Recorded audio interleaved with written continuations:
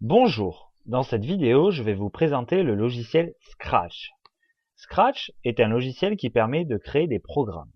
Plus particulièrement en mathématiques, il permet de construire des figures ou de faire des calculs.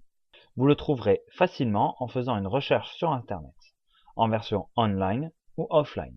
C'est cette dernière que j'utilise dans cette vidéo. Commençons par une présentation de l'interface. Scratch est découpé en fenêtres. Dans la première barre, nous trouvons tout d'abord un bouton en forme de globe qui permet de changer la langue du logiciel. Ensuite, les autres boutons sont assez classiques.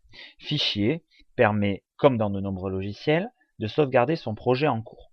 Je ne m'attarde pas sur les autres boutons, ils sont inutiles dans ce tutoriel. Le reste de l'interface est découpé en deux parties. À droite, ce qui permet de programmer. À gauche, pour faire simple, tout ce qui concerne les éléments graphiques de notre programme.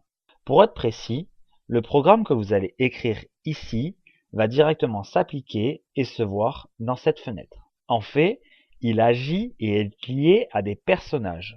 Ici, le chat. Scratch appelle ces personnages des lutins. Rentrons dans les détails. Programmer en Scratch est assez simple. On va utiliser des fonctions de base, appelées blocs. C'est ce que l'on appelle une programmation par bloc.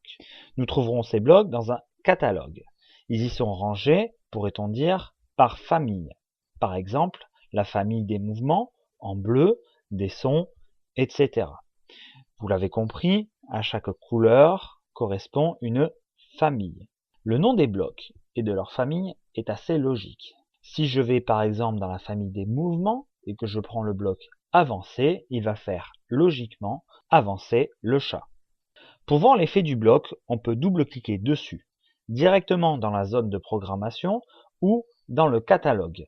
Le principe de la programmation par bloc est que l'on peut imbriquer différents blocs ensemble. Leurs effets se cumuleront. Passons maintenant aux deux fenêtres graphiques. La fenêtre du bas permet deux choses essentielles, la gestion des lutins et des arrière-plans, ce que Scratch appelle la scène. Les mêmes options sont disponibles pour les lutins et les scènes. Choisir dans la bibliothèque que propose Scratch, dessiner, importer depuis votre ordinateur ou prendre une photo depuis votre webcam si vous en disposez d'une. L'option dessiner ouvre un éditeur basique de dessin. Vous le retrouvez lorsque vous cliquez sur l'onglet costume d'un lutin. Ces costumes sont tout simplement différentes postures d'un même lutin. Une option intéressante est cette croix qui vous permet de choisir le centre de votre lutin.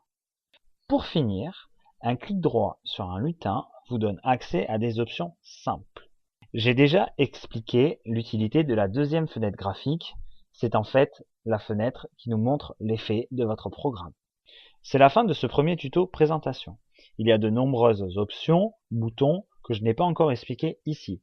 Nous en verrons de nombreux dans les prochaines vidéos. À bientôt.